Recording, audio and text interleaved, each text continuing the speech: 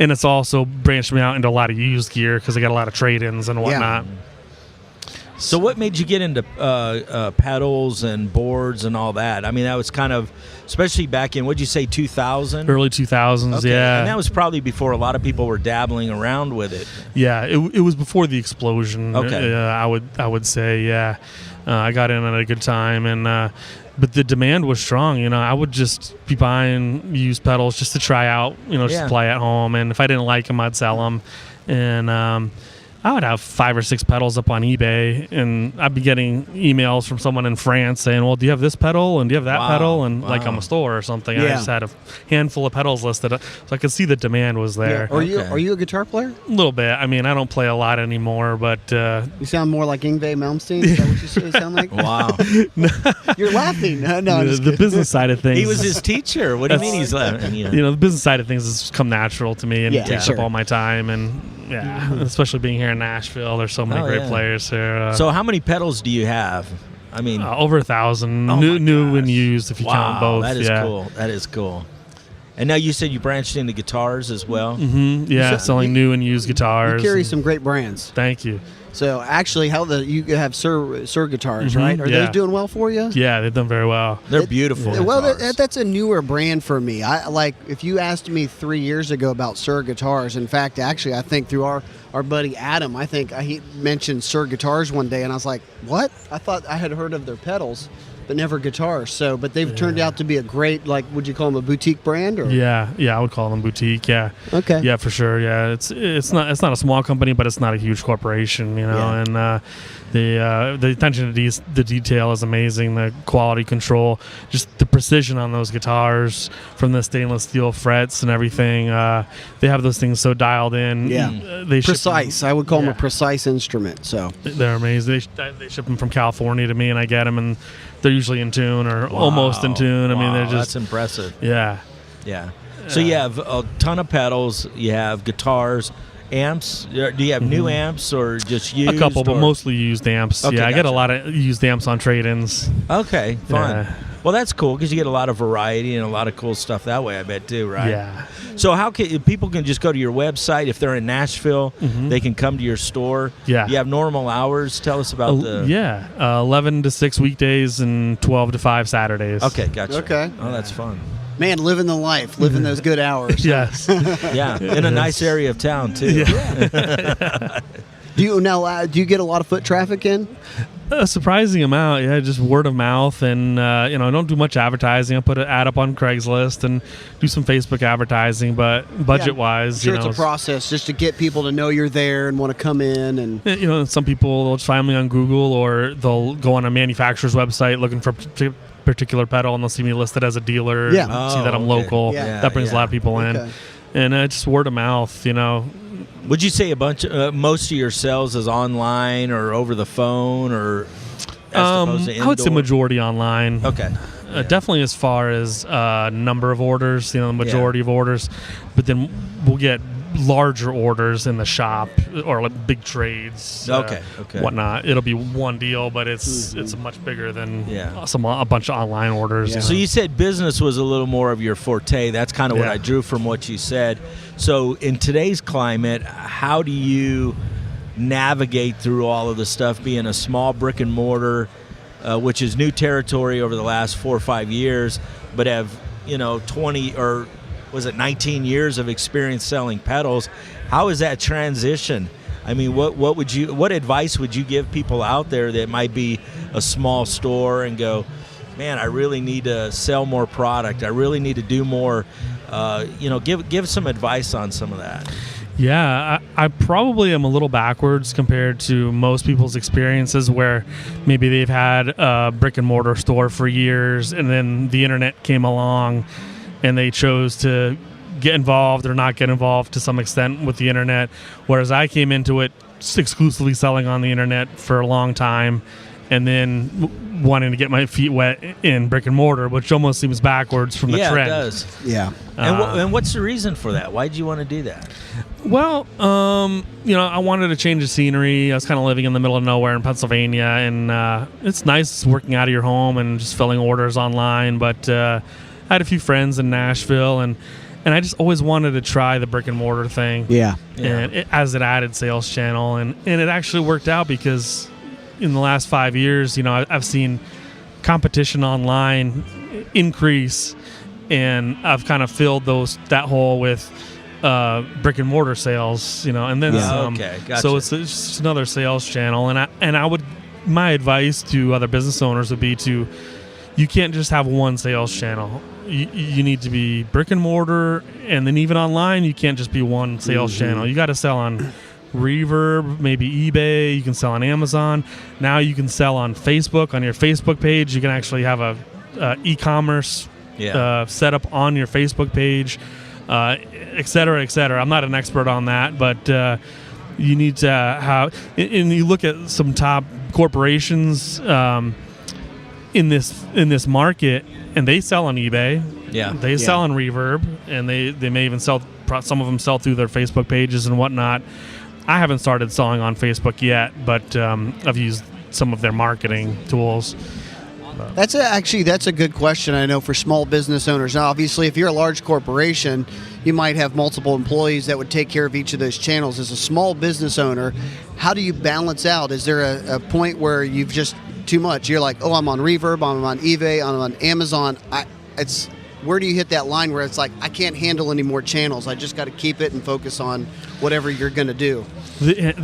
As the orders come in, the processing of the orders is not the bad part. That's kind of the fun part, and we can do that pretty fast. More so, the time-consuming part is getting all your products from A to Z listed on each of the various sites, and just, you know, a manufacturer, maybe with a big pedal manufacturer with 50 pedals or whatever, will be like, well, we're changing our prices for the year, and you got to go in and change them.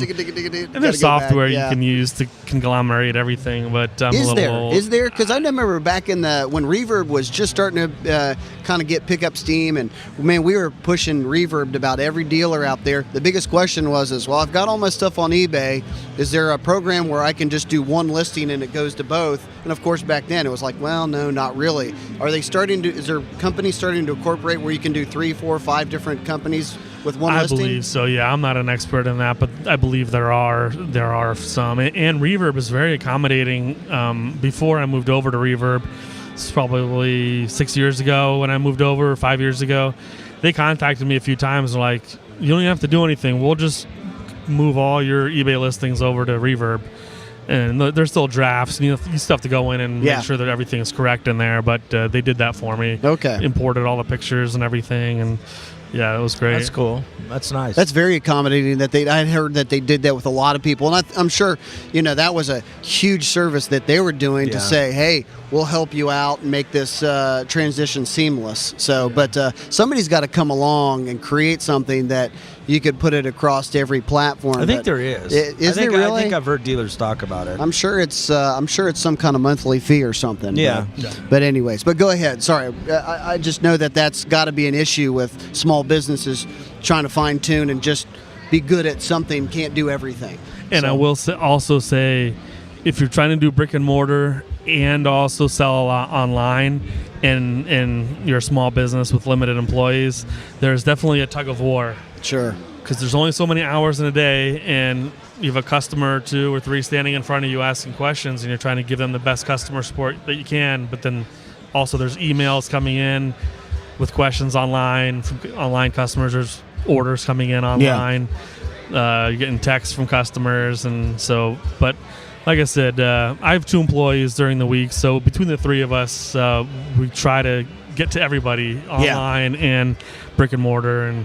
But sometimes it's a challenge. Well, sometimes online, I'm sure you can kind of slow it down a little bit too, and say, hey, we've kind of got to limit what we can put up because we're swamped in our store. But those days that you're not, you can go, hey man, we can put a ton of auctions up. We can go out there to Reverb or whatever your platform is and work that. So the dual I call it profit centers. That's just a great thing to have for those slow times. So you always got something going on. You always have dollars coming in somewhere. It's ironic. I mean, on a slow brick and mortar day, it'll be a busier online day, and vice versa. Yeah. Do you find Mondays you come in and it's like, man, we got a bunch of orders? Mondays is the busy day. I mean, it's like 2 days as far as the number of orders, because you're catching up from Sunday and Saturday, and that is Monday seems to be the day, at least here in Nashville, where a lot of musicians have off. They're off the road and they want to come in and check out the shop and whatnot, and that's definitely the busiest day, and then it just slows down until Friday is the slowest day. Yeah, because like in Nashville, like you're talking about, I'm sure by Thursday a lot of the guys are going out on the road for 3-day run, and then they come back. So it's actually opposite of what a lot of places are, which Saturday is their biggest day. So Monday's your biggest day. Yeah, definitely. Yeah, that's cool.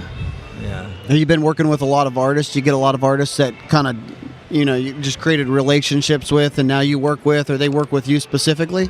Definitely, yeah. There's a number of guitar players that play for big acts that are regulars at our shop and do a lot of business, do a lot of trading, and give us word of mouth, and very loyal, and greatly appreciate them. That made a big difference. It's amazing, the guitarists in Nashville, the amount of gear they have. Oh yeah, the quality of the gear they have. There's a disease out there. It is. It's a disease. Yeah.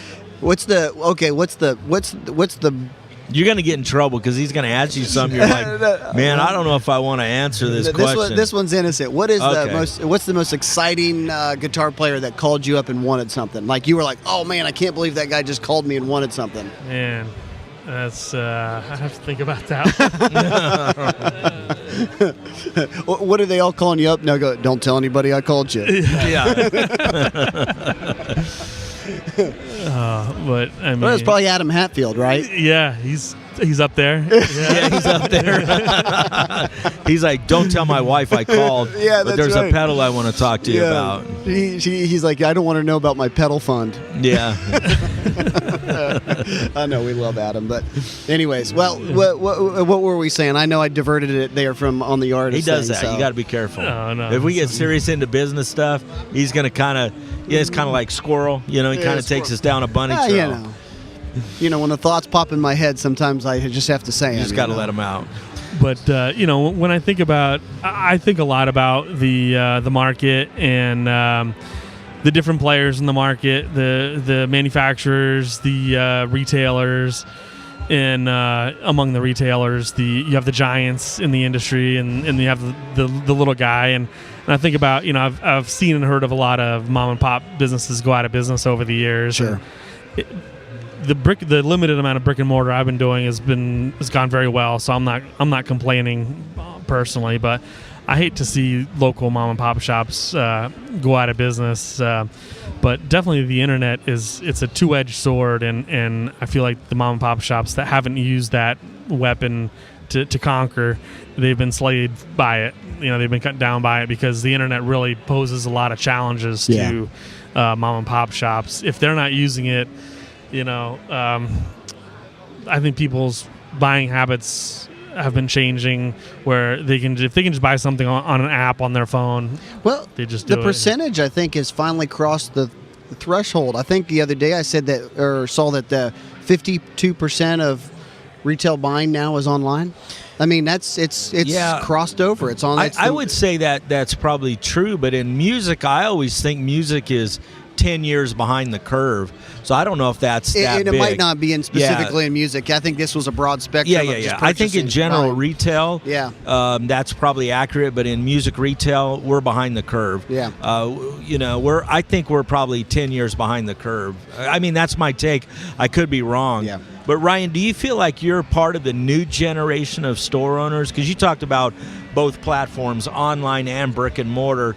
I kind of think it's cool that you did online, because that is perceived by people as easy, but then you kind of grew into going, man, I want to do brick and mortar. I mean, there's got to be a benefit on both sides. There's got to be enjoyment on both sides. You get to sell a lot of things online to people all over the world, and then you also get social interaction with like Nashville players. Do you find that a complete enjoyment as far as being a store owner or an owner in business in general? Definitely, yeah. I feel it's a lot more enriching and enjoyable to deal with customers face to face. Sure, and have that experience. I agree. Yeah, and I think they appreciate it more. That's why they're there. There's not all customers are the same. Some will buy most of the stuff in the convenience of their home. Others, they want to go try out stuff, try the guitar, in person, hear it, feel it.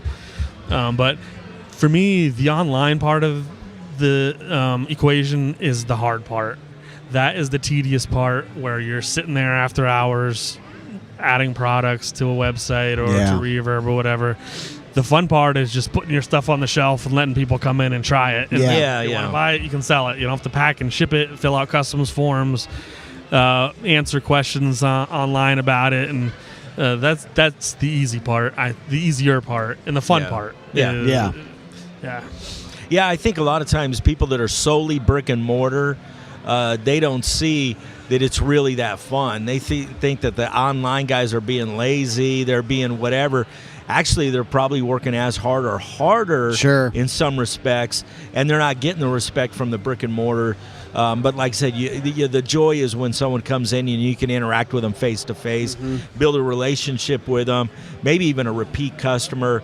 And so I could see how that could be the benefit. So I think a lot of us need to stop thinking that the other side is the easier side. We all need to understand both sides a lot of work. Oh yeah. I mean, it's to wake up and in your case have employees. You got a weight on your shoulders. You got a responsibility to perform, to be a smart businessman. And if you just had a store, you might not have made it. If you would have just been online, you might not have made it. But having dual platforms, at least like you said, you have revenue coming in every day somewhere. Yeah. And it's like fishing. You got to have 10 fishing poles out there to catch a fish. If you only have one, you're not going to catch as many fish. And I think might be what you're saying. Is that true? Or I think the fishing analogy nails it, because I've been ice fishing a few times. Have you really? Yeah, with my grandfather years ago. I was like probably 7 years old. Yeah. I almost froze to death, but you're on a lake and there's like water on top of the ice, and the wind is just whipping, and you're out there waiting for the fish to bite. You're like, who does this? But the thing about it is you're drilling a bunch of holes all on the ice, and you have a bunch of these little like 1 foot high fishing poles with a little flag. Yeah.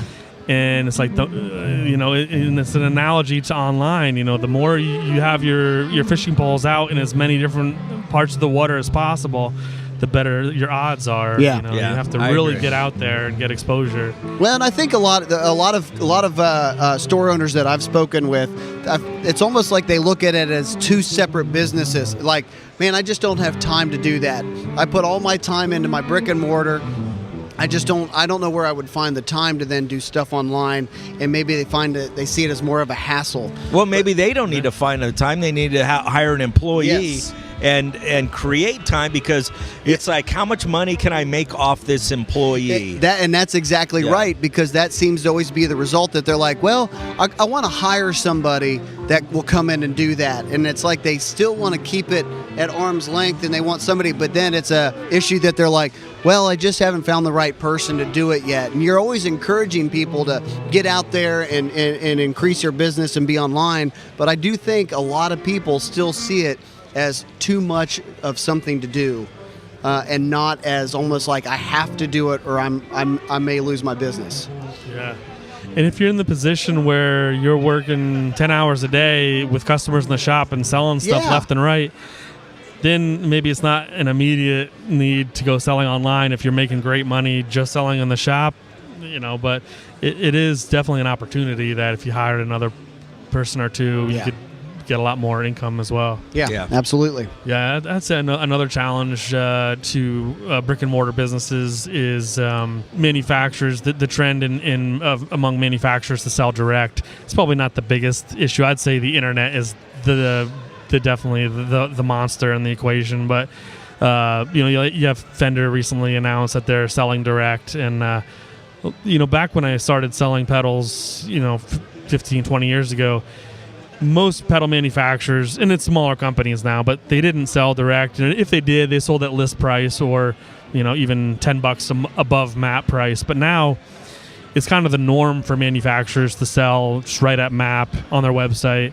And now it's even becoming more normal for manufacturers to have sales that are undercutting MAP that the dealers don't have any cooperation in. Sometimes they have sales that the dealers can cooperate in, but some manufacturers, they'll have St. Patrick's Day sale, a Groundhog's Day sale, 20% off, and this 20% off of MAP, and the dealers have no involvement in this. And is that mainly in the pedal, or is that in across the platform? I see that more in pedals. Yeah. That I think I would have a hard time with that. Yeah. Is it If I was selling, and the person who I bought from, I understand that they're selling product and they're selling it at MAP, and they got the right to do it as well. But then to come in and go below MAP and offer sales that I can't contribute to, even though I'm your dealer, I'm your guy buying for you, and you do that to me, that would be hard. Yeah, I would have a hard time with it. Now, what do you think the reason is? A lot of these manufacturers go direct. What do you think that reason is? They make a lot more money selling a pedal directly to the consumer than they do selling it to a dealer. They make double the profit. Assuming that they're selling at MAP, they make double the profit selling to a consumer than they do to a dealer. Now, how much? And maybe this is hard to answer because I'm thinking more on the guitar line. Some of these manufacturers that go direct. Do you think that there's a conversation? Because I've had conversations with some of these guys. They go, man, we've got models that our dealers are not selling enough with, so we need to get online, and a lot of times they are selling it. So is the manufacturers in an odd space? Because maybe, you mentioned one of the big guitar manufacturers selling online. Well, I remember right when that happened, I was in a board meeting with them, and a couple of the main guys was like, if people only really knew that what we were doing this for, and they were talking about people not selling enough product, that the first, I can't remember exactly what it was like 8 out of 11 was left-handed guitars. They probably would leave us alone a little bit. Yeah. And I wonder if there's just not enough lefties out there, not enough of certain body styles, so they can't hit their goals because the dealers are only going, we only want this stuff. I mean, do you think that plays into it, or do you just think they're going, hey, this is a great way for us to double dip? I see it as a trend, and it's the new norm of manufacturers selling direct, and I'm not saying that I think it's wrong. It just is another challenge to brick and mortar, because when you have a small guitar shop, you're fighting against so many things to get that sale. Just to get the person in your shop, they didn't buy on Amazon or Reverb. If you rely on consignments, which I don't, hardly at all, but some mom and pop shops rely heavily on consignments. And now anybody can go on Facebook or Craigslist and sell off their guitar for zero cost. It doesn't cost a dime. Yeah. And they get their money faster. They get more money than having it sit at a shop for 9 months and have it maybe sell or not. That's true. Yeah. And then, shops that depend on lessons, now you can go online and get lessons, incredible lessons. You don't have to leave home. Your parents don't have to drive you across town. And you can have lessons from some of the top players in the world. And it's the rates are very reasonable. That's another thing that you're fighting against, to just get that piece of the pie. It is a two-edged sword, because you don't want to discredit people trying to contribute to the overall music industry. They want to give of their talent and they want to teach kids, but it's also online. We spoke to an artist recently that does that, and of course people who like that artist are going to go, and I have no idea what the cost is, but let's just throw a number out like, oh, you mean I can sit down with him for 30 minutes for $40 and learn some really cool licks? That there's something really cool about that. But you're right, at the same time, these kids are not walking into a music store where then they can get lessons, they can buy picks and straps and a new guitar, amps, or pedals. So yeah, it's both sides are at play here. Yeah, and the brick and mortar may be losing customers to online lessons, but you have a lot of players that are like, man, this is a great source of income. I can go on a lessons website or just do it on Skype, and I can really add to my income with these lessons. I can do it out of the comfort of my home, and it's technology is that double-edged sword. I mean, the more technology gets out there, and there's more of the new stuff out there, it could potentially hurt brick and mortar stores. along with everybody. I mean, everybody gets hurt to some level with technology, and some people gain. And I guess you got to take, how do I take this gain? How do I take, like you're doing, how do I take Reverb as a platform and make money on it?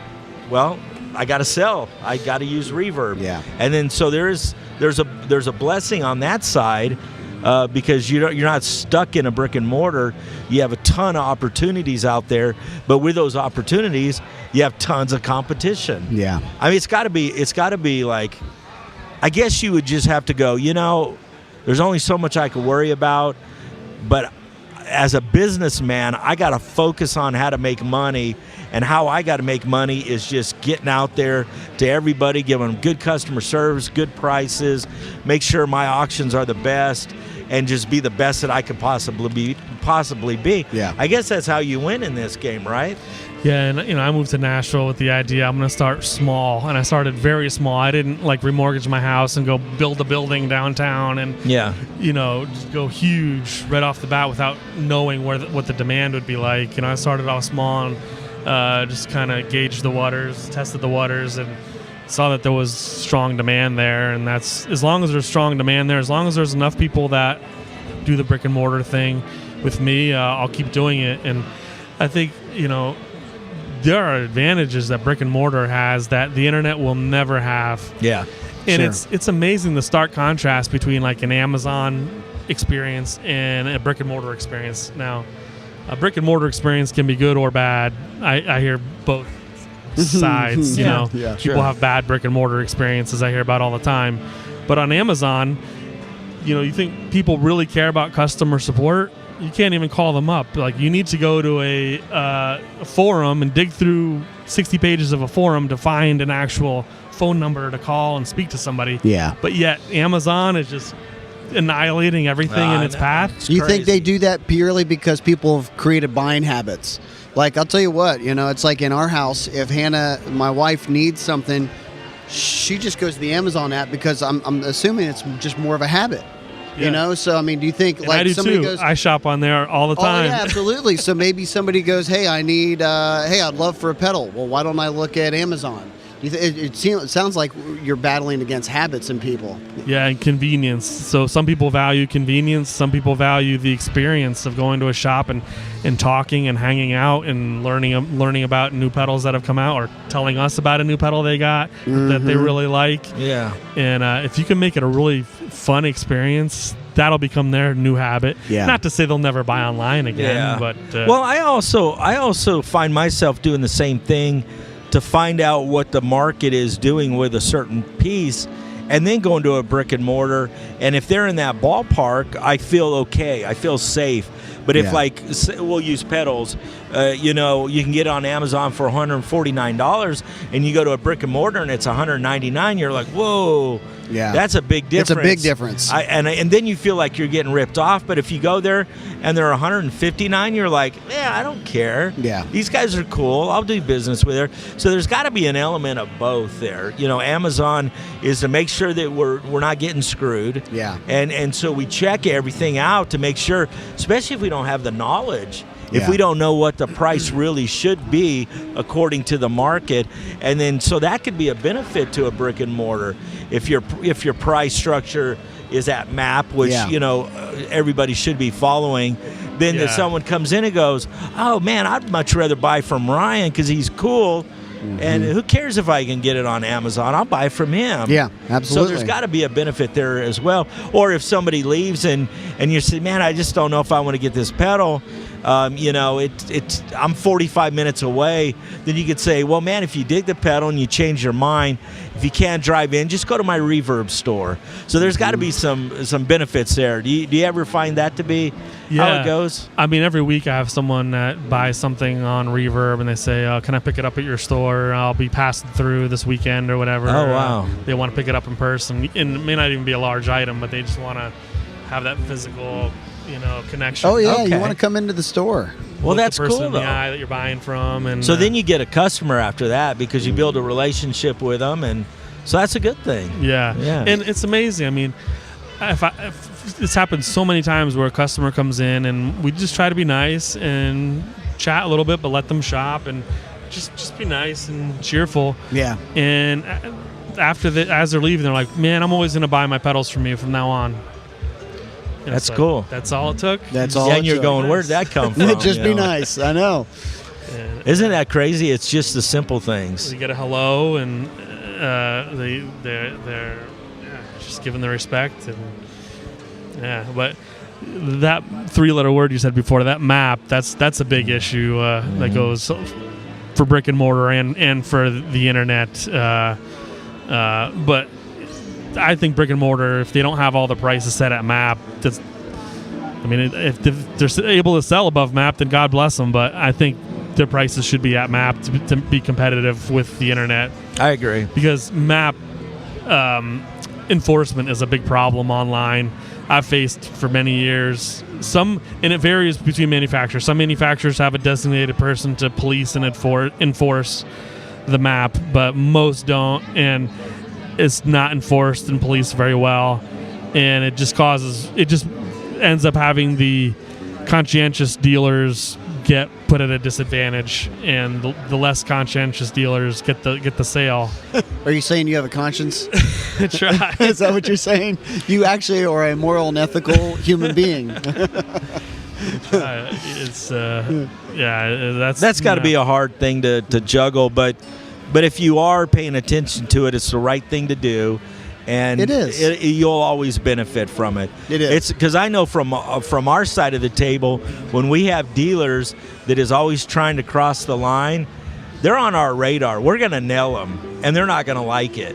Yeah. But the guys that are always trying to be the good guys, we're always looking out for them. We're always going, hey, throw him a bone. He's one of the good guys. Absolutely. So I would encourage you to keep doing what you're doing, because there's manufacturers out there that are going, hey, take care of Ryan. He's one of the guys that we want. Yeah. These other guys, and secretly they're going to go, yeah, they're going to disappear because we're going to get rid of them. Mm-hmm. It happens more than people really know. Trust me. And I say it with a smile, like if I enjoy it. Yeah. I don't enjoy it. No. You do enjoy it. No, I don't. Well, some I have. Yeah, it's like you walk out of your office with a smile on your face. I have not enjoyed it.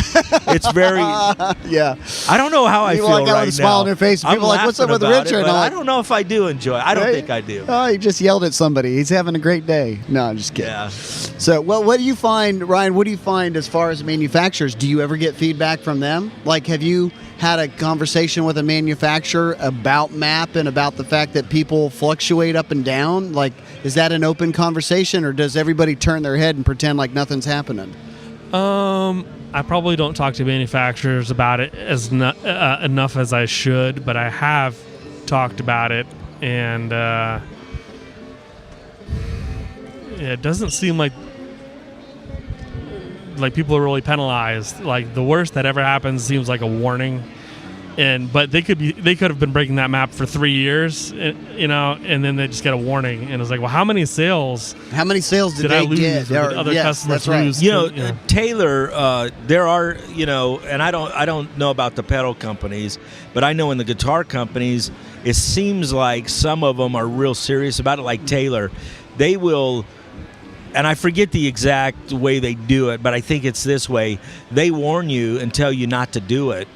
But they do it, I think, at the beginning of the year and go, this is our map, everybody follow it. And if you mess up, that particular model, they no longer sell it to you. Wow. So say you got an 814 CE that you violate map, and they bust you, they stop selling you 814s. So before long, you're going, man, if I do this again, they're going to nail me on this model and this model. And then just cut you this off. middle. And then I honestly feel like that's where it's headed, is we're just going to cut you off. And Nate's over here laughing right now. We can't talk on air why he's laughing. I'm being serious, and I think you guys are laughing, and now I know. We'll talk about it in a minute, Ryan. So we apologize for this. Yeah. But anyways, so there are some manufacturers that do take it real serious, and there is a lot that turn the other cheek and act like they don't see. And that bums me out. Because you're right. It does feel like it's a disadvantage to the people that are playing by the rules. I have a hard time with that, but I have learned for myself, or I'll go crazy. It's just to go, hey, I'm going to do what's right because it is what's right. Yeah. And I'm going to be okay. And I feel that to be true, and I feel like the manufacturers know that, and they're going to throw you a bone. Yeah. So I hope that's the way it is. And man, I've been throwing so many bones on manufacturers over the years. It's really kept me going. That's great. Yeah. That's great. It'd be a long list, and it's that always And I'm sure they appreciate you and your company and you being ethical and good customer service. And they probably look at you like I said earlier, this is one of the good guys. We want to take care of him because we want him around for a long time. Yeah. Again, on my side of the table, from what I see, we feel that way. Yeah. We feel that way with people, and we try to protect them, as much as possible. And I bet your pedal company guys, they love you to death. Do they send you Christmas cards at all? Yeah. Really? Uh-huh. See, they love you. Man, I got two Christmas cards this past year. I think that's the most I've ever got. Outside of your family, or yeah, no, I didn't even get one from my family. So Brian up in Ohio, he always sends me a box of cookies and a card, and that's always nice. And then I had another company. Let's Music Supply. They sent me a Christmas card this year, and I thought that was really nice. Yeah, so I get a few. I cherish those. I get a few good gifts too. They go right. I've got a drawer in my desk. They go right in, so Really? I keep them forever. Really? Yeah. I get a few good gifts. Yeah, you do. You get like bottles of whiskey and stuff. And I don't even drink whiskey. I don't even know what to do with it. You've got the largest collection of bourbon and whiskey ever. Well, the bottles look really cool, and so I like it. And then I'm not going to share what all I get, because that's not why we're here. Man, I wish it was Christmas. I know. So, anyways, what else do you have? What else do you think? And maybe as far as small business owners, we've got to kind of maybe mention or bring up. Well, just to reiterate, the one thing that the internet will never have is the ability to just tactily feel the instrument, hear it. I agree. In person, yes. Not on YouTube, through headphones or whatever, junky speakers or whatever. Yeah. And the ability to just that day go get that item that you need. Yeah. Same day, within an hour, you can have it. And then if there's a problem, you can take it right back to that place and get a refund or an exchange. Yeah. You don't have to be shipping it off to wherever. And so we have to use that as much as possible. I agree. The fact that they can touch and feel the instruments, and also the fact that that we can give them an experience that it's got to beat the shopping on a smartphone experience. That's not a hard thing to beat. That's convenience, but that's not really. They're lacking the emotional side. Yeah. You think the whole Amazon effect has kind of created that people have gotten in the habit of going, well, hey, I'll just buy it. It'll get here in 2 days. I'll try it out in my own home. If I don't like it, I'll just ship it back to them with free shipping. Do you think that's kind of created an effect in people that I don't need to walk into a store and try something out, because I can just, if I don't like it, I'll just send it back, because that's what you do on Amazon. Yeah. And I guess maybe in a lot of parts of the country, they don't really have much locally. They don't. Yeah. Well, I wonder if it's for certain items, because I wonder if it's like a guitar pedal. If you're not like going, man, this is my tone, this is my sound. Mm-hmm. I'm gonna walk in and I'm either gonna get it in a shop. I mean, we're not talking about toothpaste, or we're not talking about supplies, hairspray. We're talking about something like that. And so I wonder what that is. And I do know on bigger items, even on Amazon, they'll if you want to ship it back, they'll charge you a little fee to ship it back. Really? But I'm just thinking of convenience. You keep bringing up convenience for online. That does seem to be the driving force here, and I just don't know if people think, oh, well, I'll just try it and send it back if I don't like it. And that might cause a lot of decisions to just click on your phone. Yeah. Unless they got a cool place to go. I wonder how much that. Oh, I'm all for it. I'm with you here. No, I'm just thinking, what would that be if it was me? I would think, there's some things on Amazon that's sterile. Mm-hmm. Some things that I buy for my cabin. Yeah. That I don't need a person. Yeah. It's a pump that pumps water. I'm getting ready to buy one on Amazon. But if it was like a guitar pedal, I would want to go see Ryan, because it's an experience. Mm-hmm. It's kind of like you're buying yourself the gift, I would think. Yeah. Like a guitar, an amp, or any kind of musical instruments. I think that would be my go-to if there was a cool place. Yeah. You brought up in some demographics, there's not, and maybe that's why people use the internet. But if there's a cool shop I'm going there. Yeah. Oh, I Yeah. love cool shops. I always have. I loved always going into music stores, and I hope that just never goes away specifically for young people, because young people need to be able to walk into stores and be able to have that experience. I'll tell you what, that's where you run across other great guitar players that you meet. You get people, inspired. You get inspired.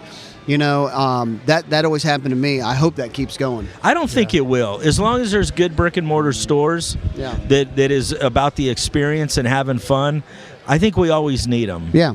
Now, it may scale back because over the last couple of years, maybe it's 3 years, 5 years, I don't know, we have lost a lot, but they may not be the good ones. Yeah. Some people think they're just going to turn the knob and walk in and sit behind the counter and you come in and buy something. Yeah. It's not that way anymore. You've got to take care of people. You got to give them an experience. You got to do some of that and want their business and appreciate it. Yeah. And I think today that's what we see. We see brick and mortar stores that have good customer service, and that's what draws people in, and that's what gets them to go, I'm not going to Amazon today. Yeah. Or Reverb or wherever else, I'm going to go see Ryan. That's right. It's fun. It's what better way on a Saturday is to go hang out at a place like that and test out a few cool pedals and go, crap, I'm buying one of these, man. Oh, I know. I want one of these now. I know. Absolutely. 2-day shipping is cool, but I got it right now in my hands. Yeah. That's the way I feel. I agree. But maybe I'm getting old. No. So, Richard, have you seen a trend of a lot of mom and pop shops closing up over the years? I have seen a percentage of them close, and I don't know if I could even say the better ones have closed. I think it's ones that have a bad attitude, or they're just tired, man. They're just wore out. They're frustrated. They're at the end of their career, and they're like, they don't even pass it on to a new generation. They close the doors. Maybe they don't have a new generation. Do you see that as more shops that are kind of in a small town, or is it the all same over? for? Yeah. Oh, major there's city? been big stores in big cities do that, to where they either there was recently some in a big city, not going to name their name, that they didn't have no one to pass it on, but it was like open for like 70 years, and it was a big store. But they didn't have nobody in the family, and the guy who was running it was, I don't know if he was second or third generation, but there was no one else, so they just closed the doors. Yeah. So I'm sure there's an element of that, but I think there's a lot of it to where there's people that are just like, the internet and this and that. They don't even have emails. They have fax machines. I still get people ask if we could fax stuff. Yeah, so that's how dated some of this is. So I feel real bad for them, because I hate it, because that's their livelihood. But it's almost good. I know this sounds mean, but it's almost good that they're going out of business. Maybe they're retiring and going out of business. So that's just a nutrition type thing. But sometimes it's good, man. Sometimes we got to thin the herd. I hate saying it, but I'm a predator, man. Well, That's the way it is. That's business. Yeah. That's business. Yeah, absolutely. And how that's going to happen is I'm going to win by customer service. Some of the things that you said, customer service, price, taking care of people, being there for them, all those things, that's business. And at the end of the day, if I'm a store owner and there's another store owner down the street, I'm winning. Yeah, absolutely. I don't care. And I'm I think- winning. And part of that whole thing too is being able to sell stuff at the value that it's worth. Anybody can get something in and market 30% off and sell a whole lot of it. Yeah. But that's kind of defeating the purpose and devaluing the products, and that doesn't do any good service to the music industry. So being good is selling it for what it's worth. And that's the trend that bothers me that I see online is back in the day, there were rare sales, maybe a Christmas sale.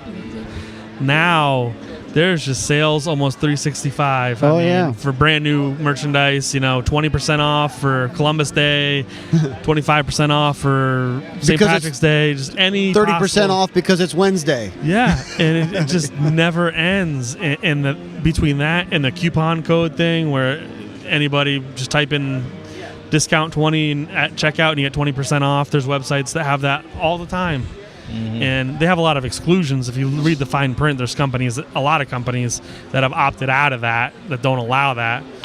But if you just contact these companies, they'll give it to you anyway over the phone.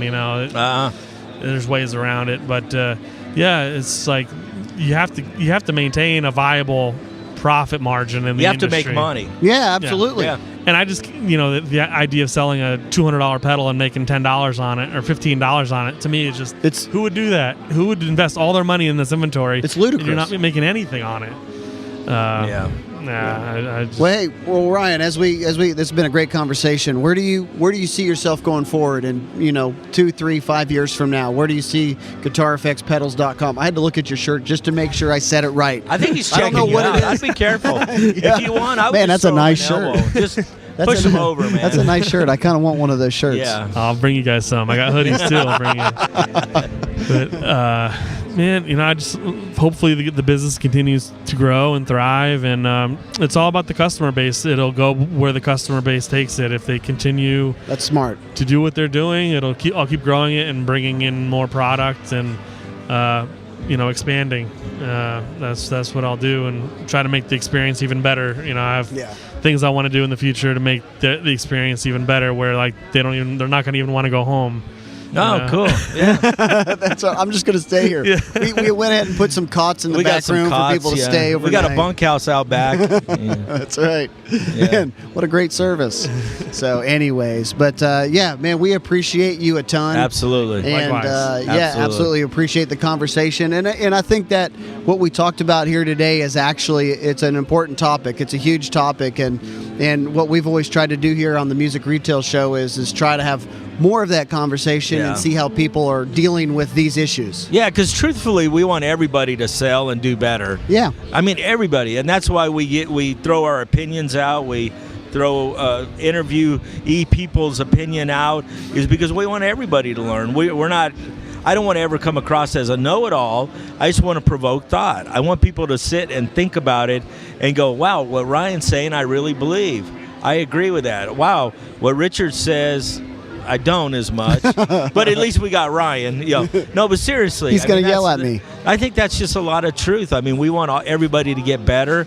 We want them to get stronger. We want a bigger community of guitar people or musical instrument people in here and have fun. Yeah, so absolutely. I think that's what we're ultimately trying to do. Absolutely. Yeah, I appreciate it. This is a great tool that you're offering. And we like barbecuing too. Yeah. We like eating. Well, I do like eating. So obviously you'll be when we have the open house during the NAMM week. Hopefully you'll come. We're by. trying to get them here in a few days to come. Oh, that's come right. We're stop doing by. one on Wednesday, right? Yep. Are you coming Wednesday? April 10th, which Okay. if for everybody listening, this will be out after April 10th, so you can't come. Yeah.